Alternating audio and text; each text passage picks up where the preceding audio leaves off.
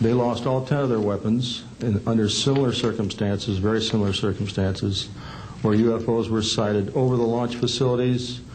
They had maintenance crews and security crews out there that had spent the night, and they were reporting UFOs over those sites. And the commander of that flight was Eric Carlson. He also separated as a captain, and the deputy commander was Walt Fiegel. He retired as a lieutenant colonel. We have those witnesses that I just mentioned, the names I just mentioned, have spoken of this event before, and they will back up this story. We also have documentation that I received through FOA requests from the Air Force outlining the Echo flight incident, and including in that documentation a reference to UFOs. We have telexes covering this incident, and in one telex it says the fact that no apparent reason for the loss of 10 missiles can be readily identified is cause for grave concern to this headquarters. This was from SAC headquarters. So we've got those telexes. I've got about 12 witnesses that'll verify parts of this story, including of a man who investigated the incident afterwards for the Air Force, and you'll hear a little bit more about that from the next witness. And also another guard that witnessed a UFO in that same time period, and another officer who retired a full colonel who had other reports of UFOs.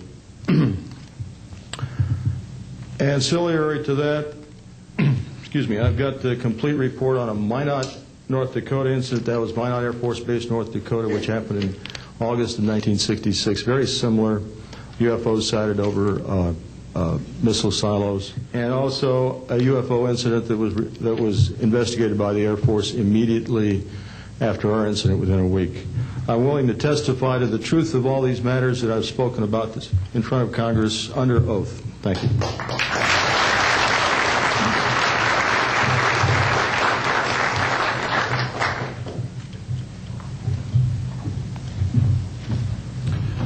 Good morning. My name is Dwayne Arneson. I served 26 years as a communication electronics officer in the U.S. Air Force, all over the world, including Vietnam. I was lucky to be selected to be commander of 3 different units in the Air Force. I held a top secret SCI TK clearance, and for those who don't know, it is slightly above top secret. I retired in 1986 as a colonel at Wright-Patterson Air Force Base in Ohio. I would like to relate about 3 different experiences, if you will, that relate to UFOs.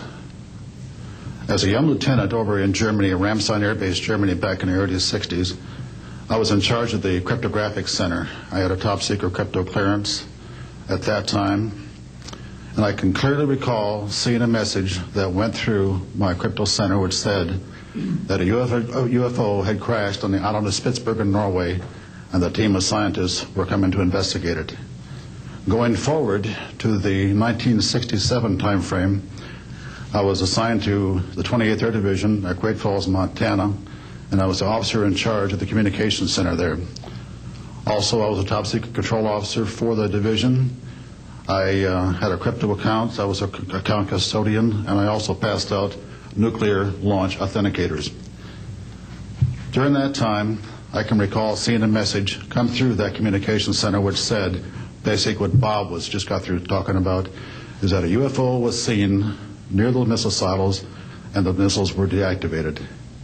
Coincidentally, the person that Boeing sent to investigate the particular missile conditions, if you will, what made them shut down, was my first manager at Boeing, Mr. Bob Kaminsky, who has since passed away. And I can recall him on different occasions. He lived close to me in Auburn, Washington. That's where I'm from. And he said, Arnie, He says those missiles were perfectly clean. That was the result. So then one last incident concerned when I was as a commander of the unit in Great Falls, or in Caswell Air Force Station, Maine.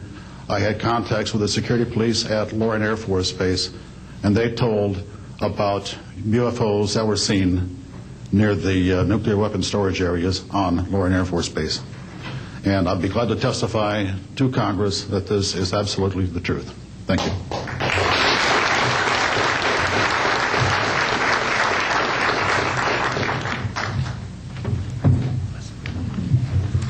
Good morning. My name is Harlan Bentley.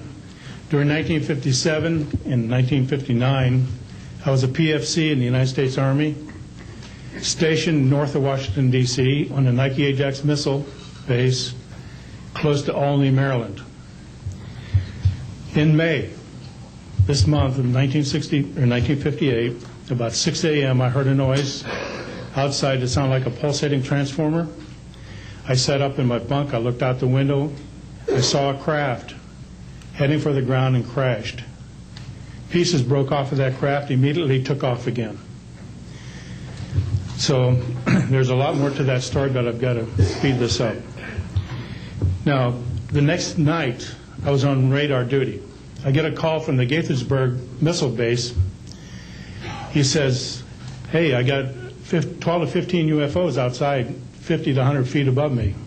So I asked him, I said, what does it sound like? He took his head mic off, held it out the van window, and said, here. And the same sound I heard the previous morning, except a lot more of them.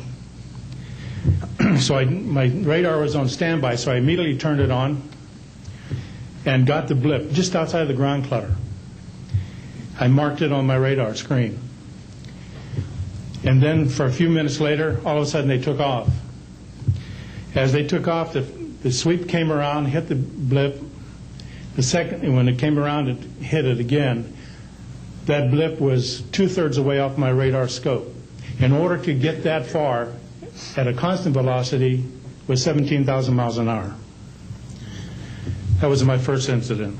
10 years later, by this time I received a Bachelor of Science degree in electrical engineering, and I was working in California. Now, I'm sorry that all I can say is I was somewhere in California working on a classified project that had nothing to do with my experience that I had there. As I was working, and it was like 2 or 3 in the morning, California time, I heard a Houston astronaut communication link, comlink. I didn't pay much attention to it until I heard the word bogey. Of course, my ears picked up immediately.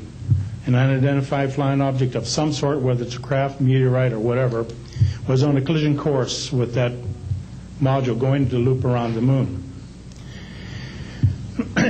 So basically, I listened for some time, and then I stopped and went back to work. And then I heard, there they go. In the astronaut world, for some of you may or may not know this, there's a term called green turtle. And it used to be, I don't know if it is today or not, but it used to be is you're not allowed to use profanity over the net. And the first person that does that, whoever hears it first and says green turtle, that astronaut's got to buy that man and his entire